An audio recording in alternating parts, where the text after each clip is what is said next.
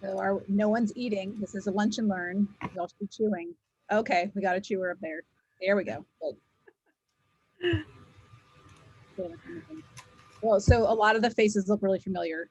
Makes me happy. And the ones that don't look familiar, I'll introduce myself. Shelly Mullenix. I'm one of the senior associate athletic directors here at LSU. I work specifically with all areas health and wellness.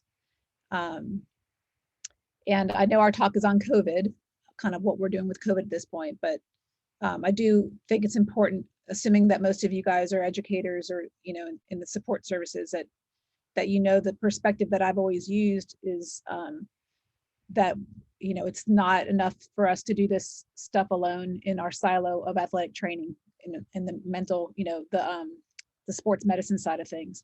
That I've always really used an approach that incorporated the academic folks because I think that in we're so similar. Athletic trainers are very similar to really what happens in the academic center in so many ways. It's the place where I think where they're the most vulnerable typically, and then it's a face that doesn't have expectations attached to it. So you don't really care how fast they run, or you don't really care how bad they read. You're just there to help. And so I've always found a kinship really between the academic center and the athletic training room. Whenever we had a drug positive, and of course everything's so top secret, and then a student athlete will come back to me and say, yeah, I told Dr. B that I was smoking last week and I got busted. And I'm like, oh, okay. So it's always a safe place for people, which is important, even though I think that they are really in such a vulnerable spot when they're in the academic center. I think you see that in their behaviors. We see the same thing on the athletic end of things. So COVID was just another one of those extra layers that got kind of put on everybody this year. That's made it more difficult for all of us to really interact with each other and in that same kind of support group that I think we had. But even for the student athletes, so I think about the things that they've lost. That was COVID. Just really, was a difficult thing for them to be taking them out of the academic environment in the area they struggle the most with the people that they sometimes act like they hate, but they know that they need, had to be really difficult, I think, for them. They probably don't know how to say that all the time, but I'm sure that they feel that. So we had a town hall last night. I'd like to call it more like a community center gathering because I did not have the 1,000 people that I thought would show up to my town hall. Apparently I'm not nearly as interesting as Don Lemon and Sanjay Gupta, but we did have about 28 people, which was good. We had 4 different sporting events that were going on. So I didn't have those events plus the parents who actually are pretty engaged. So I think the video that we created and recorded will be something that we'll be able to put out. But it was a great meeting.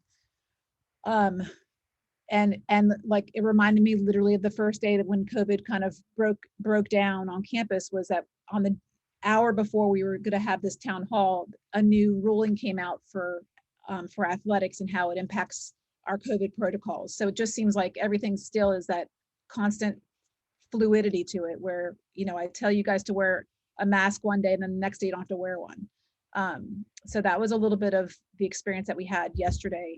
That's probably worth mentioning just because it is something that's new in athletics that does have impacts for you all that are working in that environment.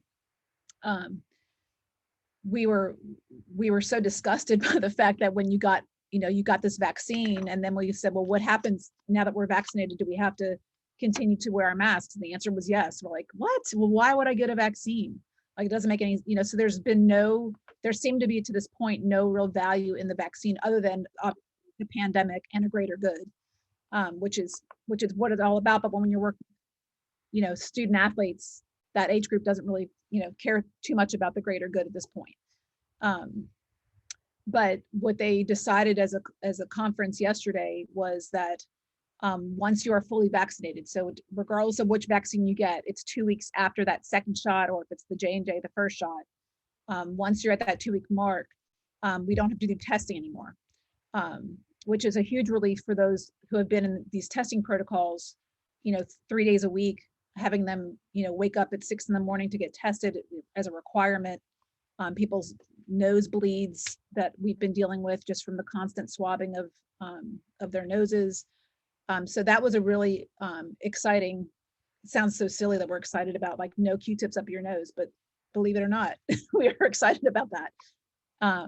It just, we feel like on our end of things that it's going to be incentive, because we have to incentivize everything. So that it might be an incentive for the student athletes to want to move forward and get the vaccine in a world where they feel like they don't need the vaccine. They're not dying of it. So why do they need to get it? So I was happy that the SEC and the president agreed to make that change. It only makes sense. I mean, the whole purpose of the vaccine in general, right, was to help us progress along through this process. And so that was really good news, and that seemed to get a lot of play. I'm just going to really kind of talk about stuff that we talked about last night, see if anything kind of floats your boat, and you can ask me about it, or if I'm not hitting on something, then ask me. But I thought a really important part of the conversation we had yesterday, so I invited Dr. Poole on there, knowing that there are emotions kind of tied up in the context of vaccines and why people don't want to get vaccines. I had the student athletes or coaches write questions. Like, so these were like basically real questions that I posed to these doctors that we had. They were the top people I felt in town to be able to ask the questions. But one of the basketball girls, they love them, Lakeitha Poole, right? So one of the girls, instead of asking like the panel the questions, they had a specific question for Lakeitha Poole. And it was really a question for one of the doctors, but we were able to kind of morph it in a way that she could speak to it, and with no doubt, did an incredible job. But it spoke to just disparities in who's getting the shots, disparities in how COVID itself had been approached. And then she spoke quite eloquently to the challenges of being able to vaccinate, the community that's hit hardest, and why is that specific community not engaging in the way that the country needs them to engage. So if I only have 12% of African Americans that are engaging in the vaccine, and they're the ones that are also being disproportionately hit with the vaccine, it doesn't even make a dent in what we need to be able to affect that particular community.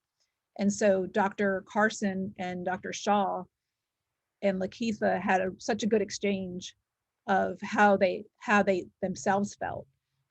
Dr. Carson did not want the shot, and then how could he be a doctor not wanting to give a shot and then telling all his patients that they should get the shot? So he talked about having to kind of reckon with his own fears that are just ingrained in the fabric of his upbringing, they're not his fault. they are what they are. And then you couple that with what I would just say in general is just my fear, right? As a white person, what my fears are, and that it was created so fast. What does it mean that they pumped out this vaccine as fast as they did, and we're still fighting cancer? We're still fighting all these things. Why aren't we doing this for everything if it matters that much? And so Dr. Shaw was able to speak, and Dr. O'Neill as well, to all those topics about why it happened so fast, how was it able to happen so fast, and why are we perceiving it as happening overnight, when the truth is that a lot of the science of the creation of the vaccine itself has been going on for years. In those countries that they had been working through SARS and MERS and the vaccines for those, the science that they needed to be able to continue to create the vaccine for COVID-19 was really already there. So the science part was there. It was just identifying the actual virus itself and the RNA of it and how they can make that work. And that did take took a year, right? It took a fair amount of time, but that just seems like such a quick turnaround time for something that we're going to inject into our bodies. To which someone else made a comment: if you spend any time on Snapchat or Instagram, I don't think people are really concerned about what they're putting in their bodies. So stop acting like you care about, these toxins that you're taking in when you take in toxins, 3 or 4 times a week that are probably worse than what you're going to get, in the shot. So I thought that was a really interesting exchange, because it allowed people to speak to their fears. And of course, that's, the place I come from in working with student athletes in particular is always to kind of get down to the meat of it. And, no sense in dancing around what I think they're feeling. I usually kind of tell them what I think they might be feeling, and it usually ends up being, pretty accurate. Another really interesting topic that I wanted to tackle last night, because I had heard this comment a bunch of times too, was I'm not getting the shot that has fetal tissue in it. I think that, that was for some people who are feel strongly about abortion, it was off the table. For those who are just kind of freaked out by the whole thing, it was off the table. The fact that, they maybe could hide behind the fact, well, it's the one shot one, and I didn't want to really rely on one shot. I wanted 2 shots. I really wanted to kind of get to where people were coming from when they got to it. And so in the platform, I always joke about in the platform I have until I get fired, I'm going to continue to use my platform. But, Katie's like, can I really talk about abortion? I'm like, absolutely. We need to talk about where's the source of this information coming from? So the 2 things were really about the fertility issues and about the fetal tissue being in one of these shots. So Dr. O'Neill laid it all out there, basically explained where the 2 lines of stem cells have come from, specifically in an abortion that was I'm not going to get her words right, but basically an abortion that was elective from 1974, that there was a specific part of that tissue that was used, offered up and used then for research, which is for some people just not on the table at all, and so if you can't really get past that, then the shot maybe not be for you.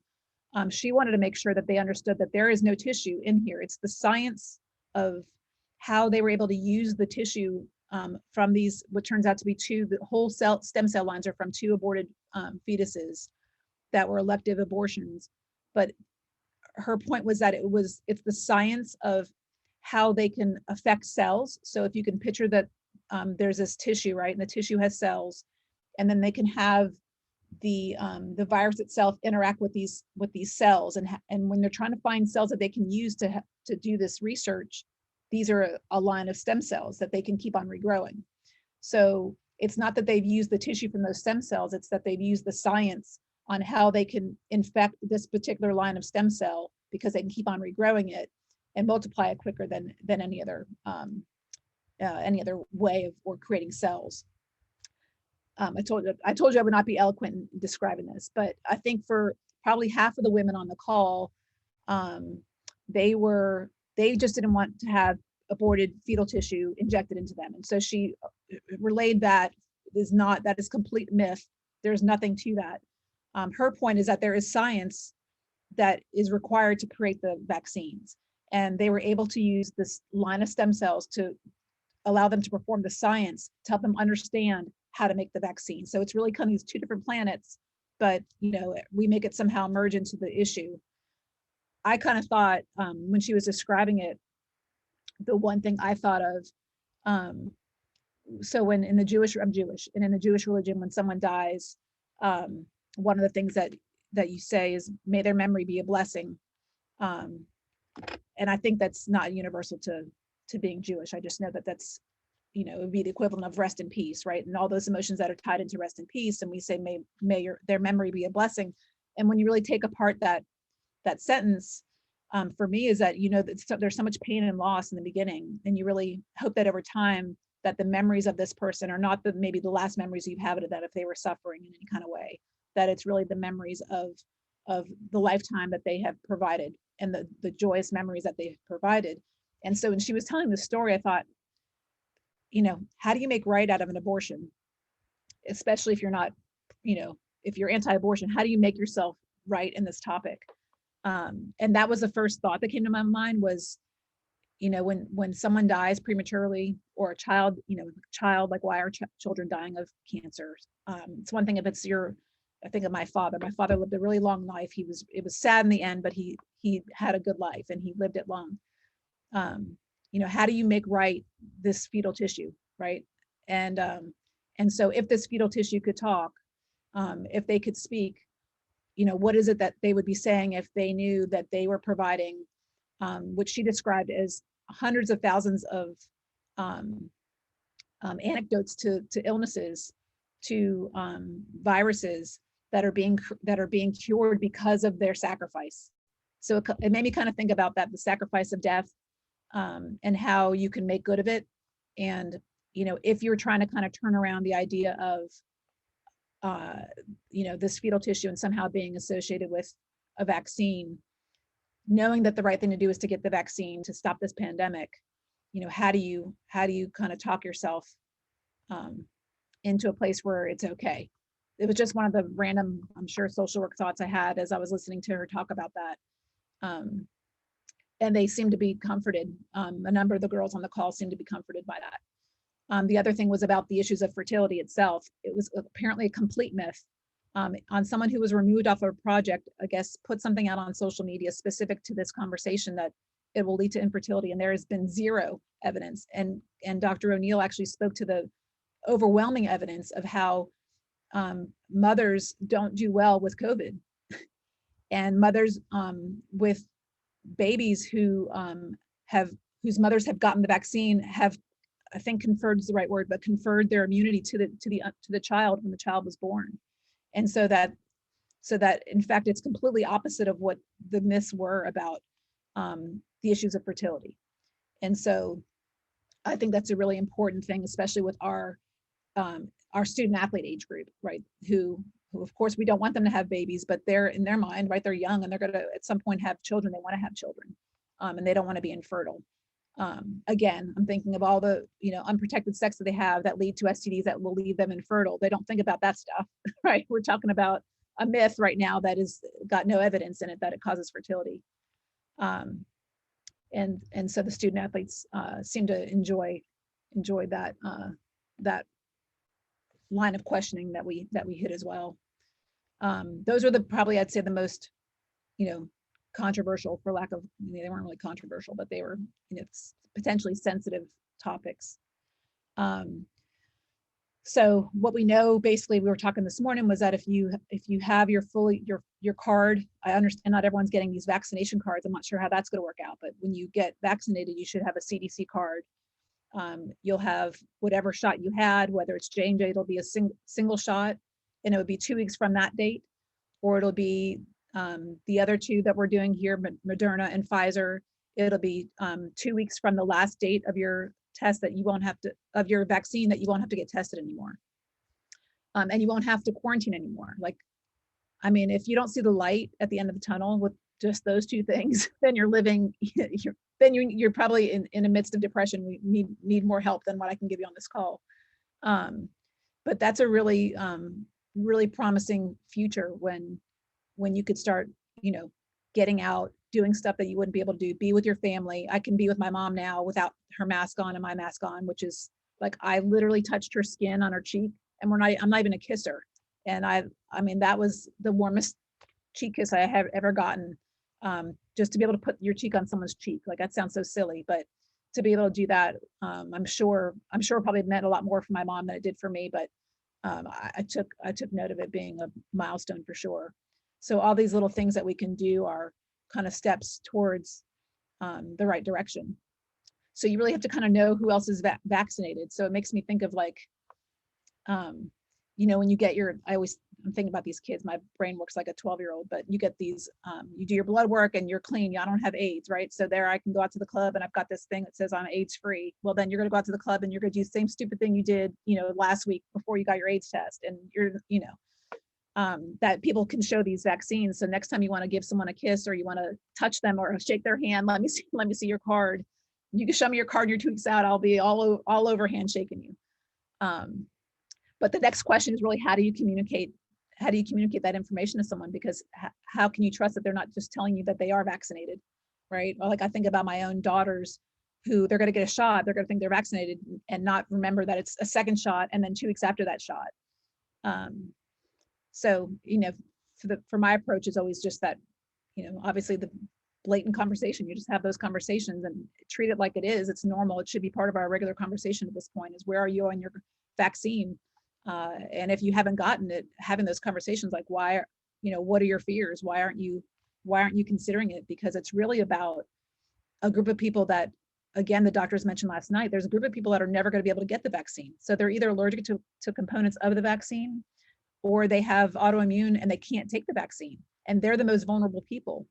And so, I mean, I'm a, you know, I'm a social work at heart, right? So like I get the whole concept of that, but I want to be able to go home and be able to be with people that we have athletes. The thing about athletes with lupus, like we have athletes that can't take the shot, and so they're always going to be vulnerable.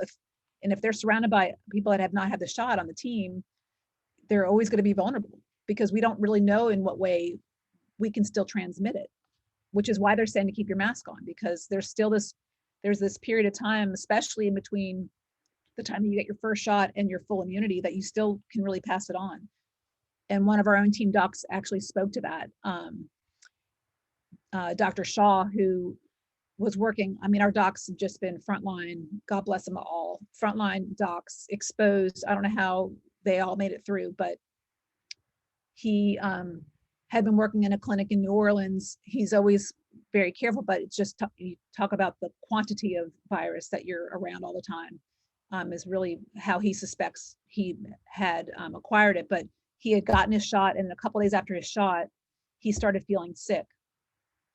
And you know, it was a different sick. It wasn't like the typical sick. And so as part of his next phase, you know, of work, which was going to the hospital the next morning to get a shot, to get a test, which was his daily routine. They do that. They put you in a room. When they came in the room, they said, Dr. Shaw, get out. You're sick. Well, he had already had his shot. He knew that there was this time period. So the other question that came up on the call was, would someone have just chalked up that sickness to the shot, right? So I know after the shot, I'm going to have side effects. This was just side effects, therefore I'm going to continue going.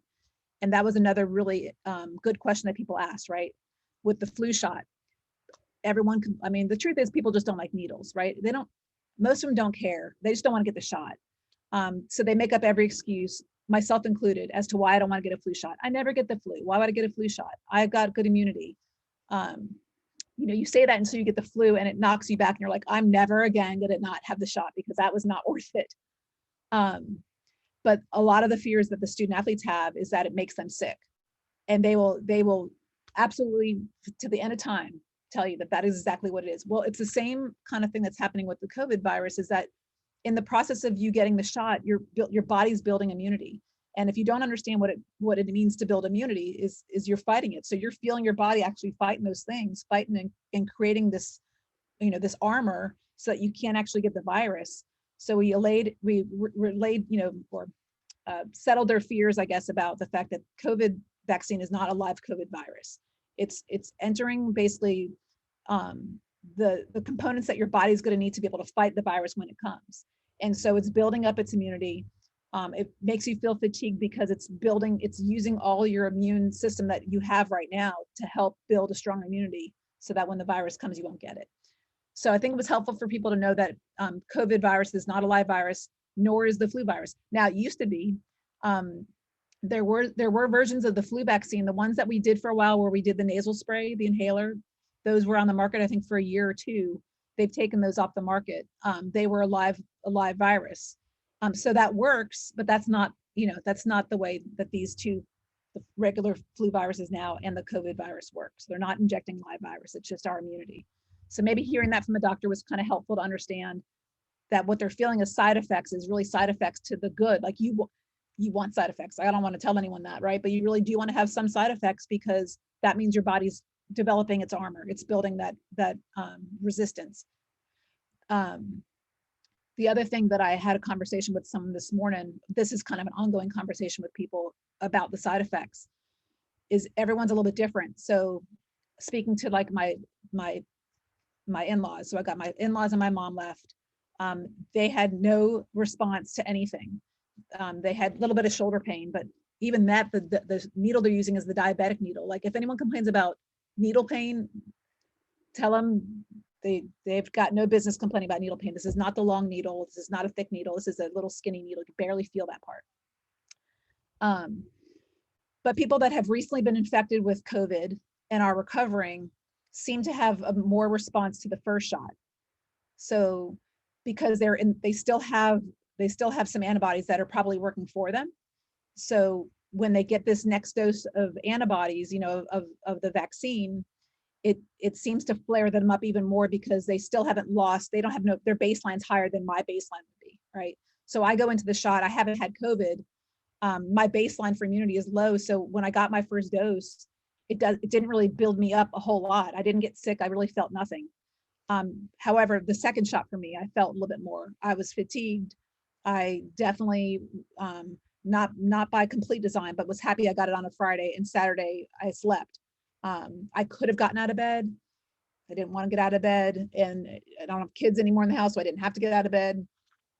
And that was convenient because really it was at hour 27, I got up and I felt like when I was pregnant, I started nesting. I started like cleaning stuff. I was sweeping. I was doing all these things like I was getting ready for something. All the energy just kind of came right back. And that was at hour 27. So of course I'm into the medicine part. I was kind of tracking all those things. But everyone was different. Johnson & Johnson people who have gotten that shot seem to have a pretty strong response, and it makes sense because it's a single shot as opposed to a double. So there's probably a little bit more, it's probably a little bit more gusto behind it. But I think it's different for every person based on how, what their response has been up to this point in terms of their exposures to COVID. So if they've already had a little bit of immunity, they tend to feel a little bit more upfront.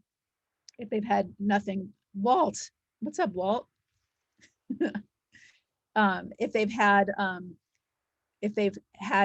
can't really explain the adults, the senior citizens, other than that maybe they just have, robust immune systems based on age. Or maybe it's just like neuropathy, they just don't feel anything anymore. I don't know, whatever it is. And it was good for them because they didn't really have any discomfort with it. So that was another important thing I think that came up in our conversations last night. Is there anything you guys can think of that either has come up in your own conversations with people that you're not really settled on at this point? I bet you're curious about, for those of you who are from here, about our student athletes, like when they're going to get their vaccine, because I feel like that's like the next phase. About the eligibility. So the governor of Louisiana just opened that up to you guys. So by Monday, I can't figure out how many of you all have gotten the shot or not at this point. I've offered it a bunch of times, but if you are in your role in higher education, Monday is your day. Like Monday's when you can start. So not the student athletes and not the students, but the employees that service those populations. The BMI is the other one that has become a no-brainer for people. So pretty much 70% of Louisiana can get the vaccine right now just based on BMI. I had that conversation with my husband. That did not go over very well. He was not happy because he assumed I was calling him fat, which was not what I was calling him. But the BMIs, are based on muscle mass, and they're so out of date. I mean, it is an antiquated way to assess people's obesity. We use the DEXA scans, like we use different more scientific avenues now. But a lot of people fit into the obese category and overweight category that allows them to be able to get that shot. So, but by Monday, you could feel less worse about it because your population can actually get it done now, just based on the fact that you're in higher education. So I think that as those numbers continue to probably struggle a little bit, we are not doing well with vaccinating people in Louisiana, probably across the board, but here particularly. My guess is the governor will open it up again fairly quickly after a couple of weeks to then just say, you know what, the heck, let's just do everybody, because you'll still be kind of slow in the trickle then. And at that point, we know we can get our student athletes. I think we've done about 35 student athletes right now that have gotten their first vaccine based on conditions that you can imagine. Those that we can convince that they wanted to get the shot, the BMI was easy. If they really just wanted to get the shot, the BMI was the no-brainer. But those that have asthma, so we kind of used our database to break down student athletes that have asthma, sickle cell trait, even though they've said it was sickle cell disease, trait was going to work enough for us.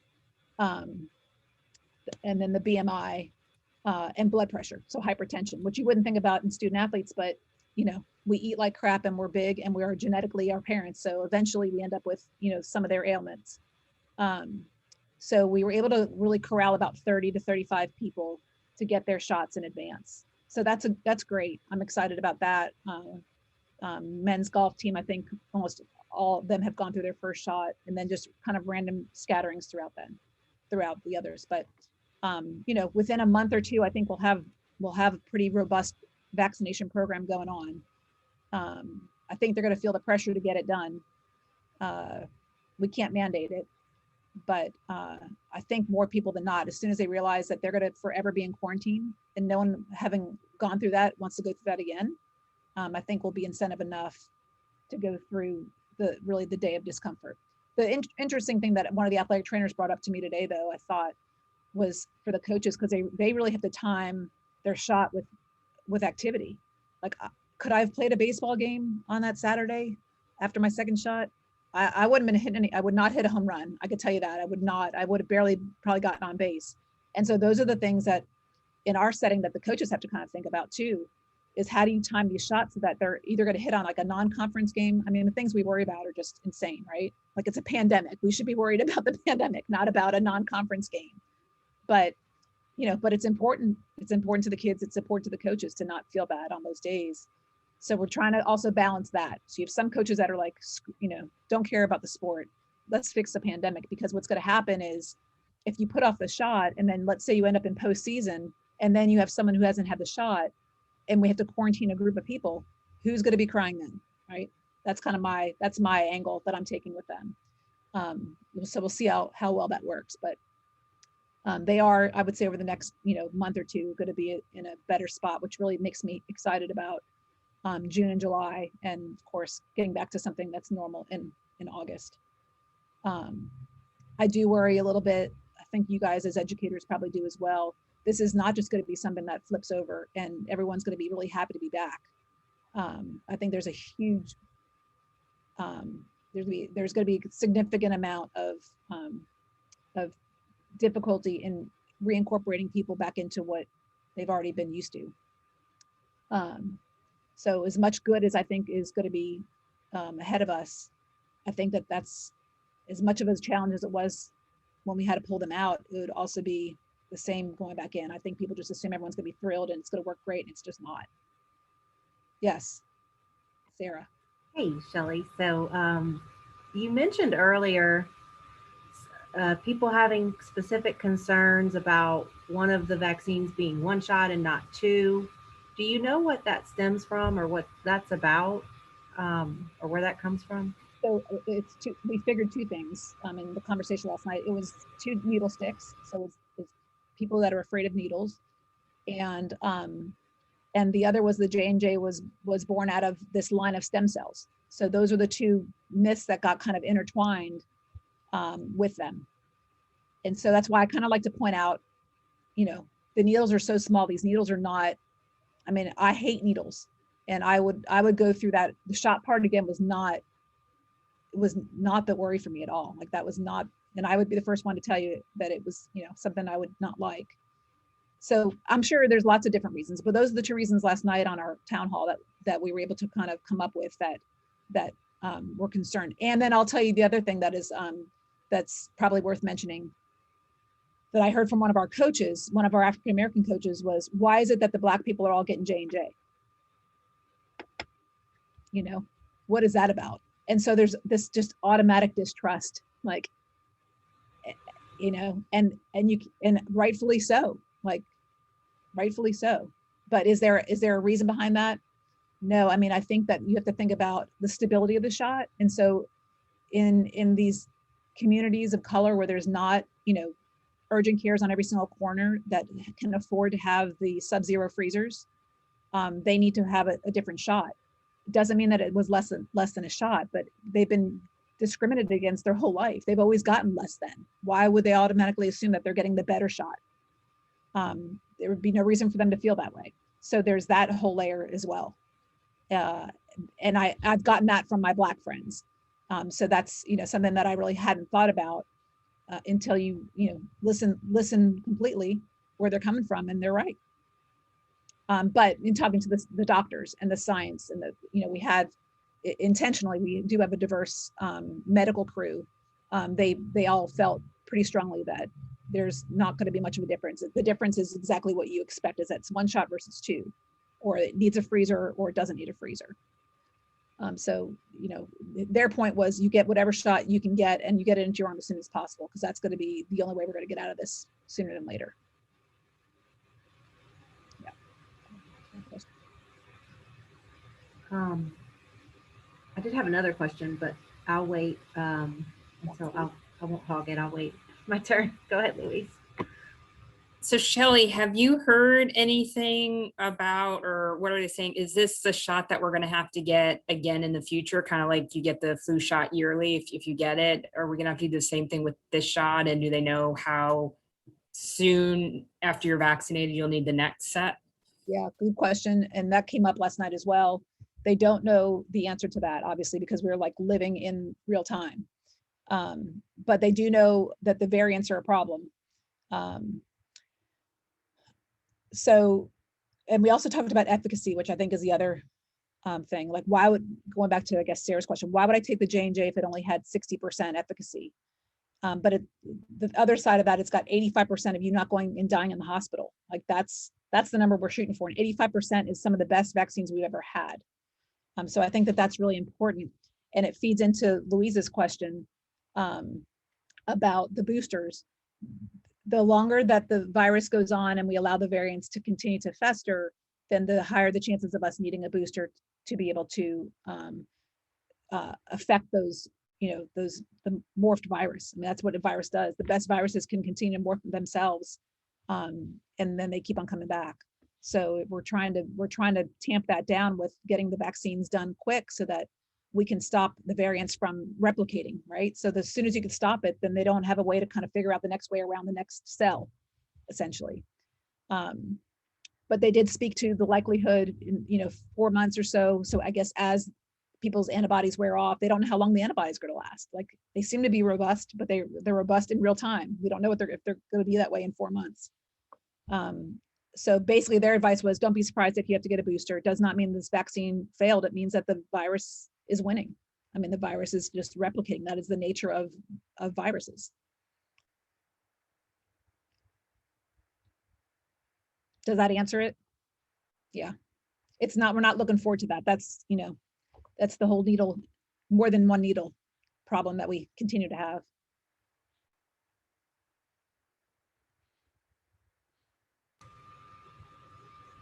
Okay, I'll go again. If y'all do have any questions, feel free to just raise your hand or throw them in the chat. We'll make this an open discussion as much as we can. So Shelly, you have been like our go-to since the beginning, and you have just taught us so much about everything along the way. You've been our main source of information on all things COVID, and I'm just wondering how this experience specifically, I know you aren't like a pandemic or a vaccine expert a year ago. How has this experience over this past year changed you? It's made me very tired. Well, what I am is a health educator. My undergraduate is in health education. And what I am is a social worker, which is taking care of people who are marginalized. And COVID is this is, it's in the only way I would say this is, it was a dream. Like it was the only thing that probably saved me from hating this job completely in my transition from being, in the health field, being hands-on with student athletes as an athletic trainer, real time sweating, feeling all the feels, to sitting in an administrative office.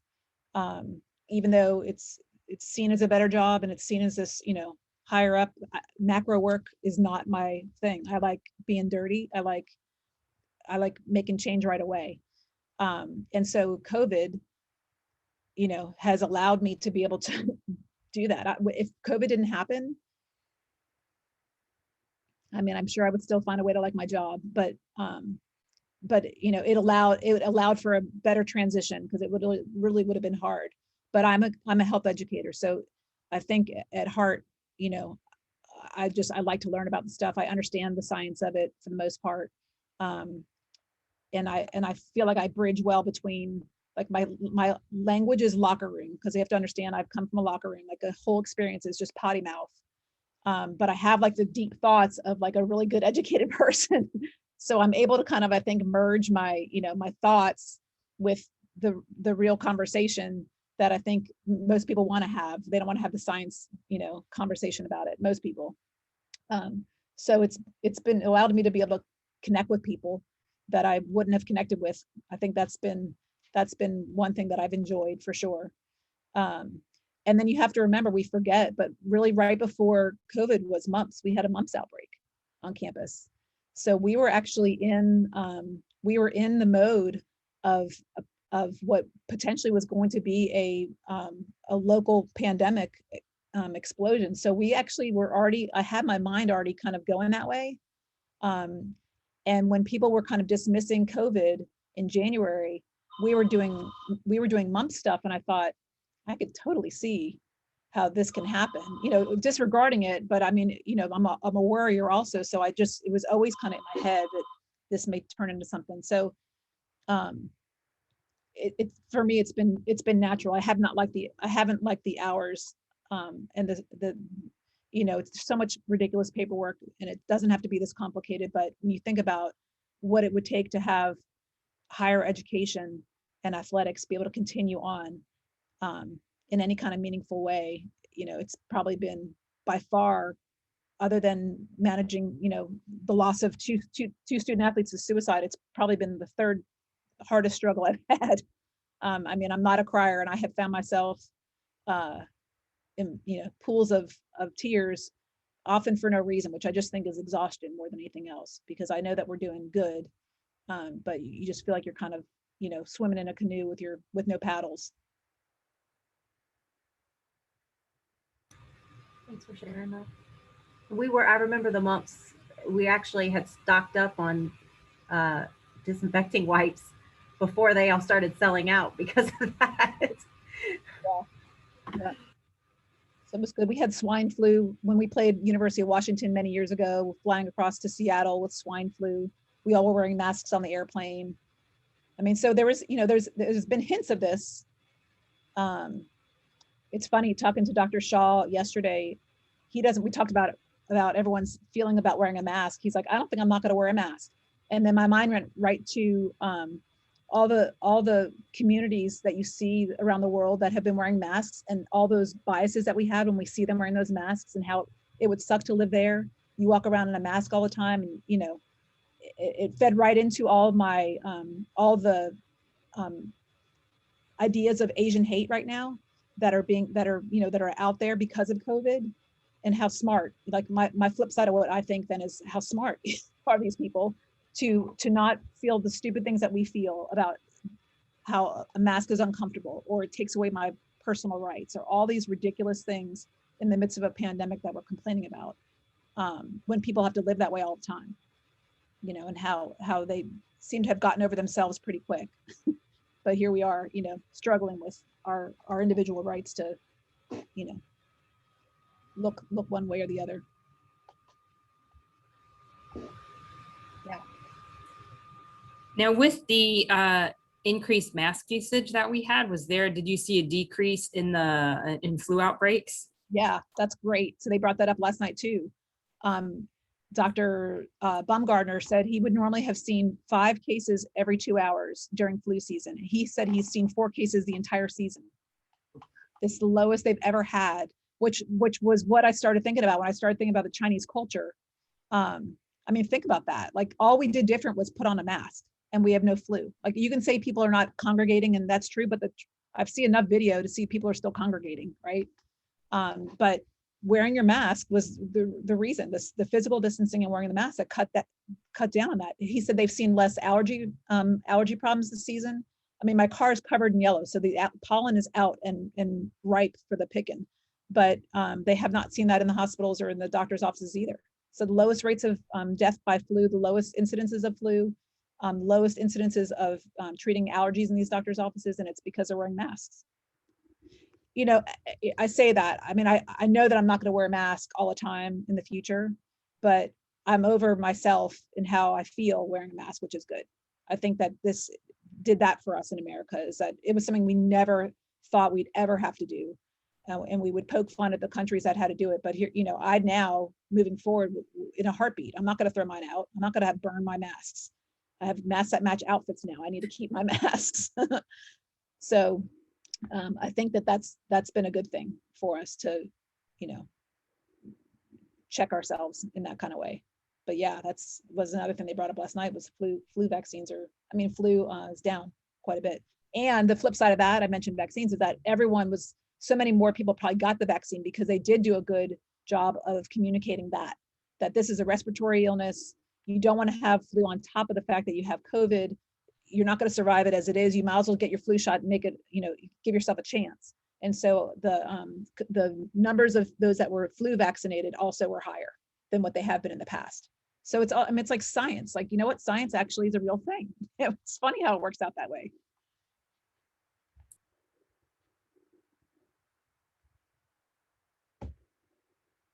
Are you all feeling a little bit better about it on your side of things?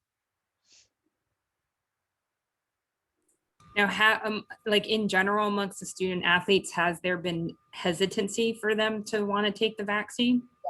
Yes, that's why we did the town hall. We were hearing a lot. Okay. A lot of worry.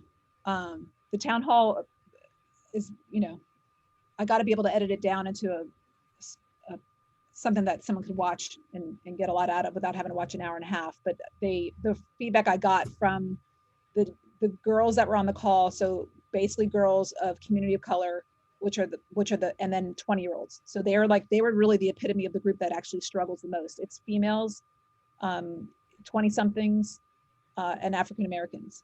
And so they felt like last night answered a lot of their questions, and relayed a lot of their concerns. So I thought that's a good thing. I really think once it gets tied into competition and quarantining and they understand that, and testing and not having to wake up anymore, anyone will take a shot. I mean, they're really getting exhausted. It's fatiguing for them to have to deal with all the crap. But I do think the fear that I got that was brought to me by baseball is legit. Like, how do you fit that shot in? It's a real concern. And I think, even if they waited till the summertime, we're still gonna be in a better place come August. So I'm not too worried about it. And I think there'll be a lot of pressure to not be the last person. Like, no one wants to be that person.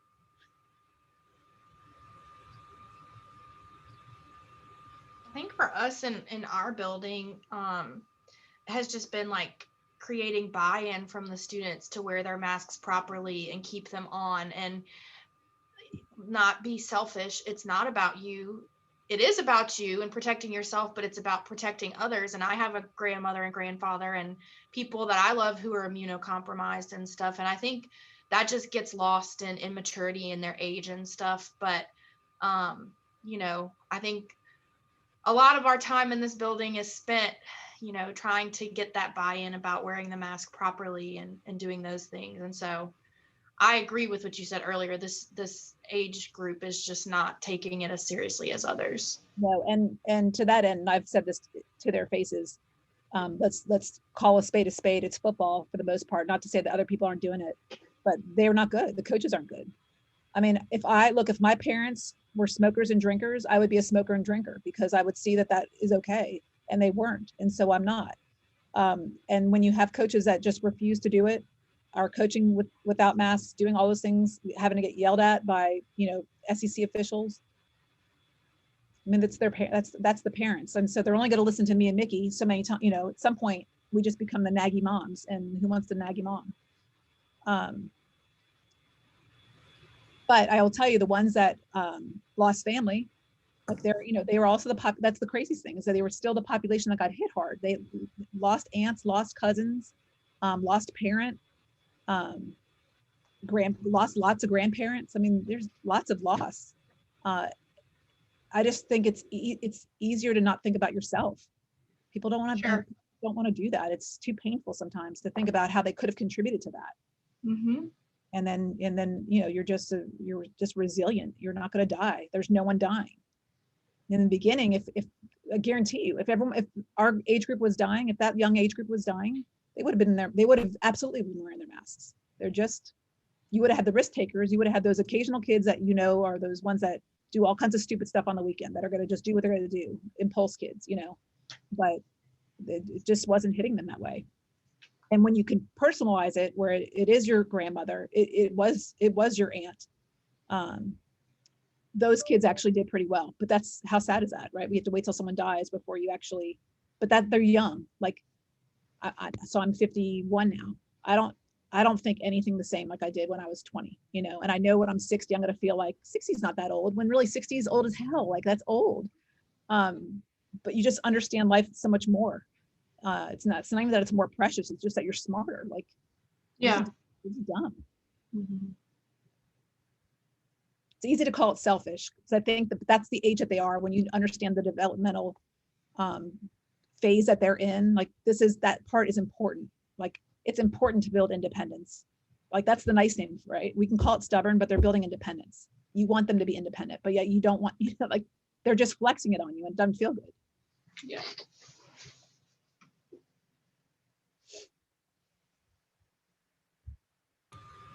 All right, we're close to the end. Do we have any more questions anybody wants to fit in before we wrap up for the lunch session?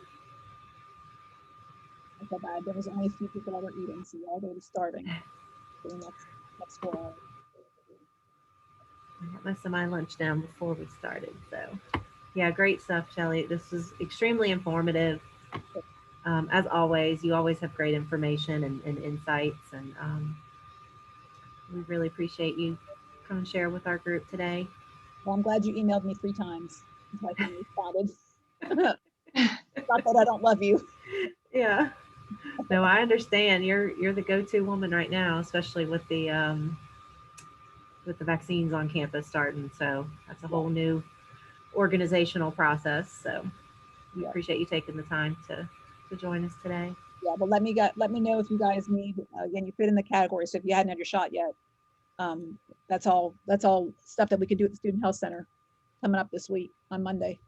So get your people done if you can.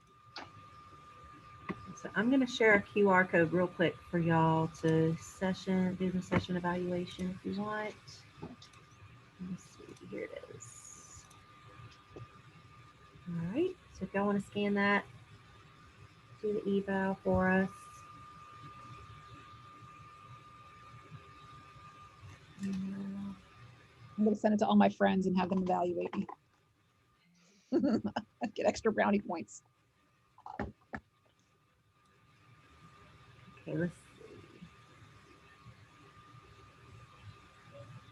All right.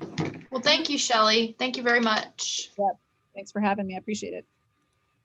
Have a good afternoon. Y'all too. Bye. I'm trying to figure out how to stop the recording. You got it, Sarah.